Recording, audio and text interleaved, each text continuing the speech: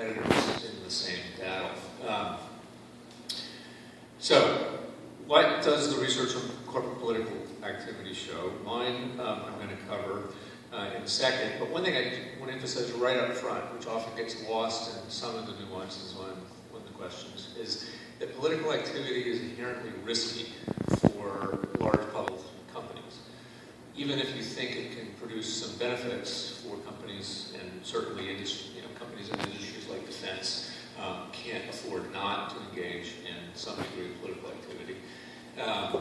Nevertheless, the activity is risky, and that's true even by the admission of the Wall Street Journal, with which I haven't agreed much. The editorial board and I haven't agreed much on these topics. They themselves point to a study in the Journal of Finance that shows that regardless of whether you think the overall effect of corporate political activity is good or bad for companies, it's very risky. It increases the volatility of their returns.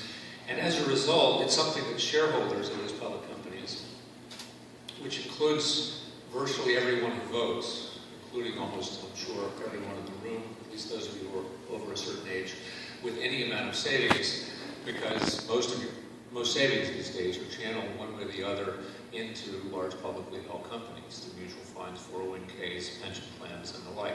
So everyone who votes is an investor in those big public companies, and your agents, usually not the individuals, I rarely read this material myself, but people who represent us need information about the risks that companies run with our money.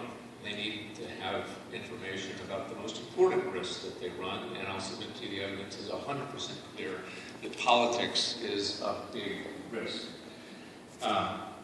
You can think of political activity in some sense from a corporate perspective as an investment, and no one would think that a massive investment in risky activity is something that shareholders need not know about. Moreover, it's a distinct risk factor. Politics is not something that correlates with or is proxied for by other kinds of risks that companies run. It can create negative surprises for investors.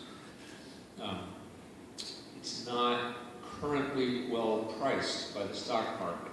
It's clear that there are surprises that happen in the political arena that then have ripple effects in the stock market, which implies that the stock market was surprised by the political news. And because of Citizens United, a lot of the corporate political activity is currently not being disclosed. It's grown.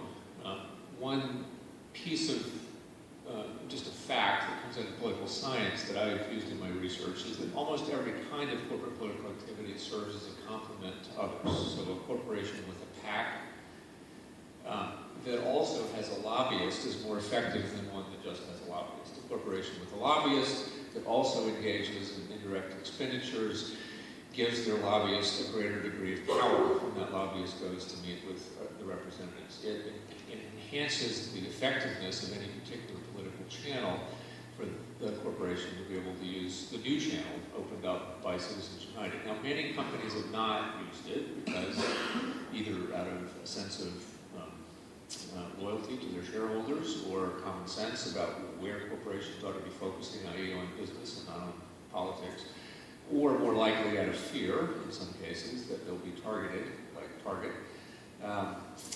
But they are clearly behind the doors, in many instances, channeling money through 501c4 super PACs, and frankly, I think even less legal means, trade associations and the like, with explicit agreements, non-provable, but explicit agreements about how that money will be spent for them. All of those channels increase the attractiveness of taking those political risks in an environment in which the SEC has not moved to make any meaningful increase in the amount of information that those companies have to give to their shareholders, to us, about what they're doing with their money. Just some examples. I've alluded to Target. You all probably know that Target stumbled into a major PR disaster by getting involved in a political race. A better example even, I think, than that, because Target wasn't really trying to do what it was accused of doing, I don't think. It sort of stumbled into that. AT&T is a better example. AT&T took a massive political risk, one that Comcast is currently taking, but Comcast has learned from AT&T's example. AT&T tried to buy T-Mobile a few years ago, many of you probably remember that, from Deutsche Telekom. In order to get that deal done, they basically had to get the antitrust regulators and the telecom regulators to change policy. That meant they had to engage in political bet. And they thought they had a good bet, and it turned out the political mood in the country shifted over the course of the year that deal took to get done. There was very much an anti-Obama mood at the beginning of the year. Obama recovered during the course of the year, and the left started pushing back, and suddenly the agencies decided they didn't need politics so much anymore to lean towards business or be perceived that way. And not only did AT&T not get their deal through, but they had to pay a multi-billion-dollar fee to Deutsche Telekom because they couldn't get the deal through. So in other words, they wasted huge amounts of time, money, not their money, our money, shareholder money, individual investor money, on a political bet, which they had not made adequate disclosure about, which they were not required to make adequate disclosure about because the rules have not responded to Citizens United.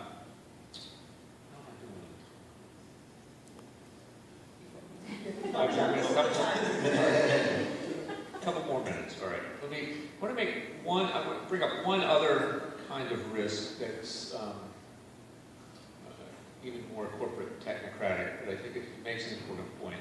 There's a great paper coming out in the Journal of Law and Economics Organization in a few months that shows that at the state level, not at the federal level, the state level, regulation of corporate political activity has an effect not only on the activity of corporations, but on law. It does this in a more convincing way than I or anyone else can do at the federal level, because in the states you have different laws. So you can compare different kinds of legal regimes, and you can actually draw some stronger inferences about what's actually going on. At the federal level, the best we can do is do things like look before and after Citizens United or before and after soft dollaring.